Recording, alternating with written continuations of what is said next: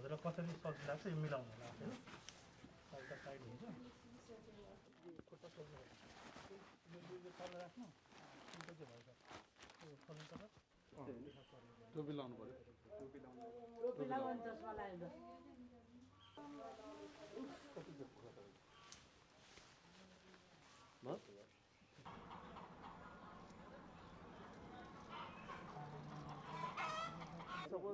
Suppose आउनु भएन के अरे भएन भने बरु आइँदैन नि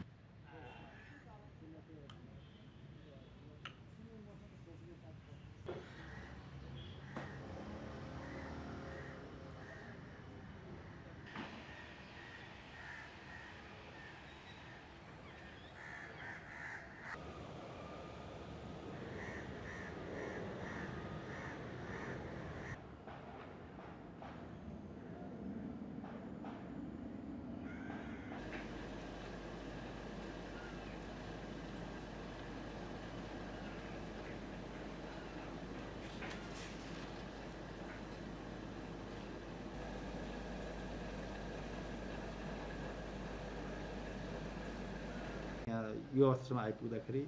108 भन्दा बढी क्षेत्रमा यो बर्डफ्लू सङ्क्रमण भएको छ र पछिल्लो समय यहाँलाई मैले फेरि पनि भने काठमाडौँ, भक्तपुर, ललितपुर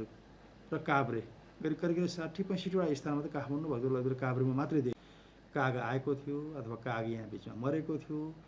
भने त्यसको हिस्ट्री हुन्छ त्यहाँ त्यसको चाहिँ डिटेल अन्वेषण गर्ने क्रममा उहाँहरूले भन्नु पनि भएको छ र मूलतः कागमा अरू के पनि हेर्न सकिन्छ भन्दाखेरि काठमाडौँ उपत्यका वरिपरिको जुन चाहिँ विशेष गरी चाहिँ यो जङ्गली क्षेत्र जोडिएका पालिकाहरूमा चाहिँ बढी पहिले चाहिँ बर्डफ्लूको प्रकोप ती पालिकाहरूमा बढी देखियो। आक्रमण भएको चाहिँ कुनै पनि चिजहरू पञ्चनीय पदार्थहरू बाहिर नफ्याँक्यो भने त एकदम चाहिँ वास्तवमा त्यो पूर्णतया नियन्त्रण गर्न सकिन्छ होइन। कुकुरलाई भने यहाँ त्यहाँबाट सुरुवात गर्ने जहाँसम्म कागको सन्दर्भमा हरेक भाइरसको एउटा साइकल हुन्छ र निश्चित समय लिन्छ।